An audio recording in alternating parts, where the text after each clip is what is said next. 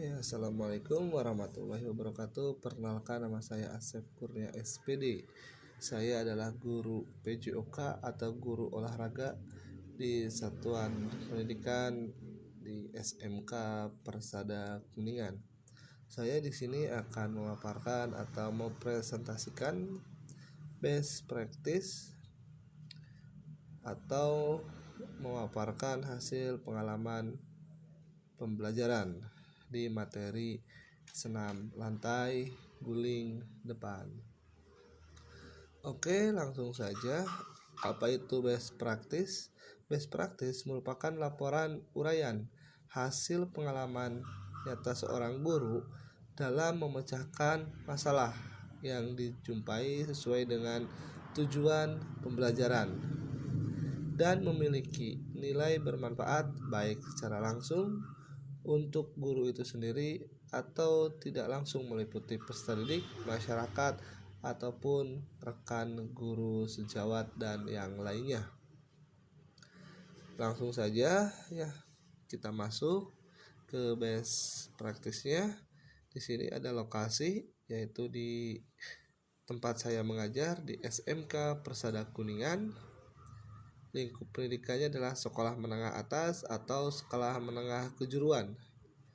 Tujuan yang ingin dicapai meningkatkan kemampuan peserta didik dalam mempraktikkan gerakan guling depan pada senam lantai, yang dimana di kelas 10 farmasi ini banyak siswa yang masih kurang dalam mempraktikkan gerakan senam lantai. Penulisnya saya sendiri, Asep Kurnia SPD, dan tanggal pelaksanaannya yaitu tanggal 10 November tahun 2022. Di kolom yang selanjutnya itu ada situasi di mana kondisi yang menjadi latar belakang masalah, mengapa praktek ini penting untuk dibagikan, dan apa yang menjadi peran dan tanggung jawab saya dalam praktek ini. Oke, latar belakang dari praktek pembelajaran ini adalah kurangnya motivasi yang menyebabkan peserta didik atau menyebabkan keseriusan peserta didik dalam mengikuti pembelajaran senam lantai. Kedua, kurangnya minat peserta didik terhadap materi senam lantai guling depan. Ketiga, minimnya sarana prasarana di pembelajaran senam lantai. Dan yang keempat, peserta didik masih trauma dan takut cedera ketika ingin mempraktikkan gerakan guling depan. Dan yang terakhir, metode pembelajaran yang digunakan belum menarik bagi peserta didik. Itu latar belakangnya ya. Terus yang selanjutnya, praktik pembelajaran ini sangat penting untuk dibagikan. Kenapa? Karena saya kira banyak rekan-rekan guru PJOK khususnya yang mengalami permasalahan yang sama dengan permasalahan yang saya alami saat ini. Sehingga praktik ini diharapkan selain bisa memotivasi diri saya, bisa juga menjadi referensi atau inspirasi bagi rekan-rekan guru yang lainnya. Dan yang ketiga, sebagai guru, saya melaksanakan tugas mendidik dan mengajar yang mempunyai tanggung jawab dalam proses praktik pembelajaran ini secara efektif dengan menggunakan strategi pembelajaran dan media pembelajaran yang tepat dan inovatif, sehingga tujuan pembelajaran dan hasil belajar peserta didik bisa tercapai sesuai dengan harapan. Tuh, yang selanjutnya itu ada tantangan. Ya. Apa yang menjadi tantangan untuk mencapai tujuan tersebut dan siapa saja yang terlibat? Oke ya. Kita masuk ke kolom yang selanjutnya. Nah, tadi kan di atas sudah dijelaskan ya latar belakang permasalahan ini ya. Itu hasil dari kajian literatur dan hasil wawancara serta dikonfirmasikan melalui observasi lapangan. Ya, dapat diketahui bahwa penyebab masalah peserta didik belum mampu mempraktekkan gerak guling depan pada materi senam lantai adalah sesuai tadi latar belakangnya, kurangnya motivasi, kurangnya minat, minimnya sarana prasarana, terus peserta didik yang trauma, dan metode pembelajaran yang digunakan belum menarik.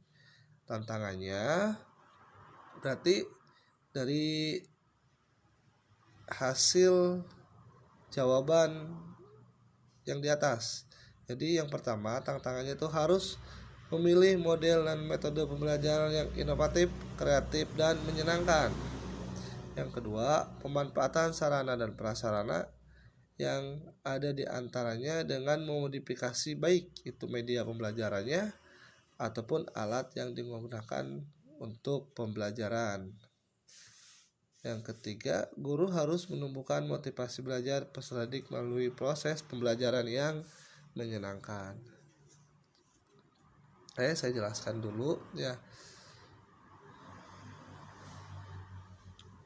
Ya, jadi untuk pemanfaatan sarana prasarana yang ada di antaranya dengan memodifikasi itu saya menggunakan media pembelajaran audio visual.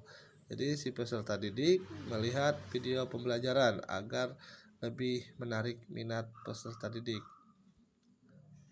Terus pada kolom selanjutnya, pada praktik pembelajaran ini tentunya banyak melibatkan orang lain, diantaranya dosen, pembimbing, dan guru pamong. Yang kedua, kepala sekolah, ya, karena saya harus meminta izin terlebih dahulu kepada kepala sekolah. Yang ketiga, guru dan rekan sejawat, tentunya karena saya harus berkomunikasi dan meminta izin kepada wali kelas untuk menggunakan kelas dan peserta didiknya dalam melakukan wawancara tersebut dan peserta didik itu sendiri. Oke, dalam aksinya yaitu langkah-langkah apa yang dilakukan untuk menghadapi tantangan tersebut, atau strategi apa yang digunakan, atau bagaimana prosesnya, siapa saja yang terlibat, ataupun apa saja sumber daya materi yang diperlukan untuk melaksanakan strategi ini. Oke, kita jawab satu persatu. Langkah-langkah yang harus dilakukan untuk menghadapi tantangan. Ya, di atas disebutkan ya harus menggunakan strategi, model atau metode pembelajaran yang inovatif, kreatif, dan menyenangkan. Dari sini ya saya harus memahami dulu karakteristik siswa dan karakteristik materinya.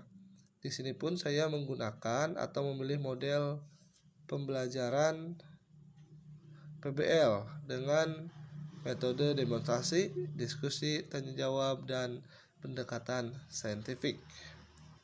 Ya, dengan menggunakan model PBL itu peserta didik akan sangat menarik ketika pembelajaran. Proses pemilihan model ini, pertama guru mempelajari apa saja model-model dalam pembelajaran, lalu memahami karakteristik siswa dengan melihat kemampuan dasar kebiasaan siswa, lalu melihat karakteristik materi dengan mempelajari materi pembelajaran yang terdapat di buku pegangan guru atau pegangan siswanya. Sumber daya yang diperlukan dalam memilih metode ini antara lain pemahaman atau kompetensi guru akan model pembelajaran PBL dan juga pemahaman guru terhadap materi pembelajaran. Yang kedua, tantangan yang kedua itu pemanfaatan sarana prasarana yang dimodifikasi. Strategi yang dilakukan oleh guru dalam memodifikasi alat atau sarana adalah dengan menggunakan sarana yang tersedia di sekolah, yaitu saya dengan menggunakan kasur lab keperawatan karena sekolah saya itu adalah di bidang kesehatan. 3. Meningkatkan motivasi peserta didik, yaitu meningkatkannya dengan cara merancang pembelajaran sesuai dengan RPP, proses pengembangan RPP yang berpusat pada peserta didik, dan sumber daya yang diperlukan dalam memilih metode ini antara lain pemahaman dan kompetensi guru terhadap pembuatan RPP, juga kreativitas merancang kegiatan-kegiatan yang membuat siswa lebih aktif dalam pembelajaran. Terus refleksi hasil dan dampak. Ya, di sini bagaimana dampaknya dari langkah-langkah yang dilakukan, apa hasilnya efektif atau tidak efektif. Jadi mengapa, terus bagaimana respon orang lain terkait dengan strategi yang dilakukan, apa yang menjadi faktor keberhasilan atau ketidakberhasilan dari strategi yang dilakukan, dan apa pembelajaran dari keseluruhan proses tersebut. Dampak dari aksi dan langkah-langkah yang dilakukan dapat dianalisis menunjukkan hasil yang efektif. Ya, jadi efektif dilihat dari penerapan model PBL, ya, peserta didik lebih aktif berinteraksi dan komunikasi dalam kelompok serta menumbuhkan keterampilan berpikir kritis. Kedua, penerapan media pembelajaran dan alat yang dimodifikasi dengan tepat dapat menimbulkan peserta didik menjadi tertarik, antusias dalam mengikuti pembelajaran. Ketiga, penerapan metode pembelajaran yang bervariatif seperti diskusi, tanya jawab, demonstrasi, dan permainan sehingga peserta didik lebih tertarik dan termotivasi.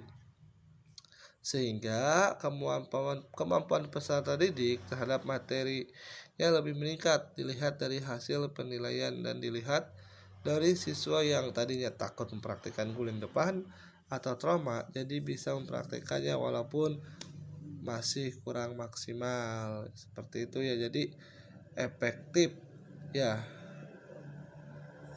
dengan menggunakan model PBL, metode demonstrasi, pendekatan saintifik, dan menggunakan media audio visual, tentunya ditambah dengan motivasi-motivasi yang saya berikan. Respon peserta didik terhadap pembelajaran ini dirasa sangat senang. Hal ini dilihat dari peserta didik selama mengikuti proses pembelajaran. Dan di akhir refleksi, peserta didik menyampaikan dengan rasa senang dan termotivasi untuk terus belajar serta materi yang disampaikan guru dapat dipahami dengan mudah. Faktor keberhasilan dalam pembelajaran ini ya sangat ditentukan oleh keterampilan dan kemampuan guru dalam menerapkan metode pembelajaran yang inovatif, model pembelajaran yang berpusat pada peserta didik, dan media pembelajaran yang bervariatif. Dan pembelajaran yang bisa diambil dari proses yang sudah dilakukan guru adalah guru harus lebih kreatif dan inovatif dalam memilih model, metode, dan alat yang dimodifikasi untuk membuat proses pembelajaran sesuai dengan yang diharapkan. Ya, itu adalah best practice di materi senam lantai guling depan. Mudah-mudahan dengan video ini bisa membantu teman-teman di luar sana untuk meningkatkan motivasi belajar siswa khususnya di materi senam lantai guling depan. Dan video pembelajarannya bisa dilihat juga di YouTube saya. Terima kasih.